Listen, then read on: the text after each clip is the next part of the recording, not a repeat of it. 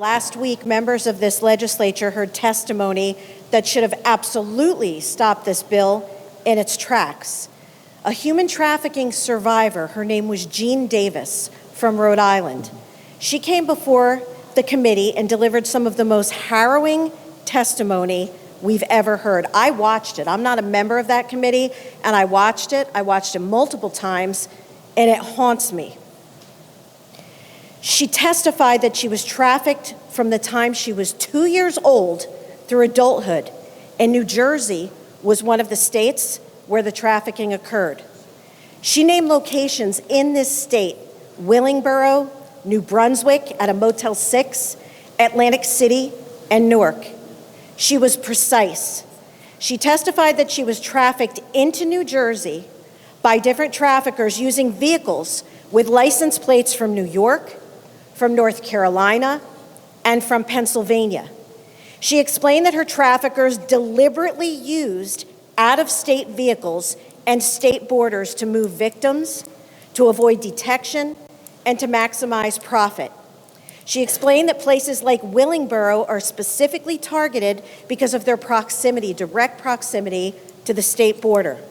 This was not a theory, this was operational detail from a human trafficking survivor turned human trafficker turned advocate now for human trafficking victims and someone who cooperates with law enforcement across multiple states. She drove from Vermont to Trenton that day because she understood exactly what this bill does. She didn't come alone. She was accompanied by her young son, also a victim. That happened.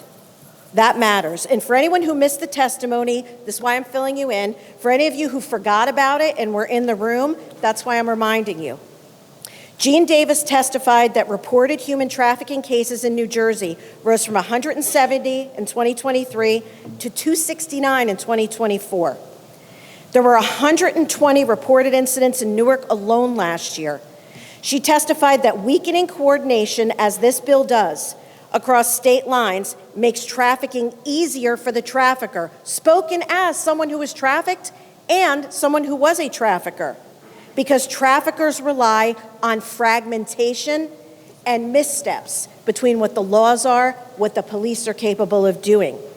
Her warning was so simple, and it was devastating. We are creating a blind spot, and traffickers will exploit us.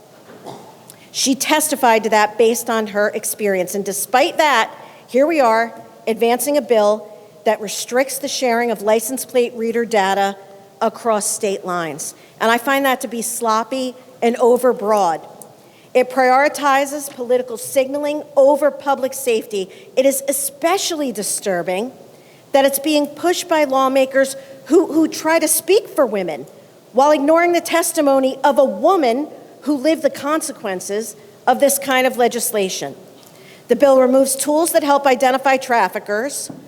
It creates blind spots, and traffickers live and love the blind spots we are about to create. Jean Davis came here, she testified, she asked us to vote no. Mr. Speaker, after hearing her testimony, I intend to do exactly that.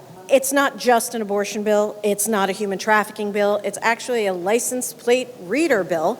It's a legal bill that will impede, and the intention of the sponsors, I believe, as it's stated to us, is one thing.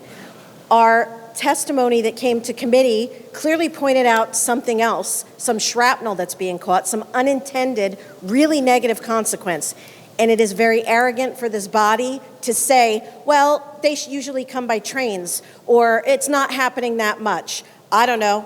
I think, by the grace of God, have not been a victim of human trafficking, but I certainly don't feel confident in my own experience to make that blanket statement in the face of a woman who was trafficked since she was 2 years old. I don't know better. I don't think you do either. Thank you, Mr. Speaker.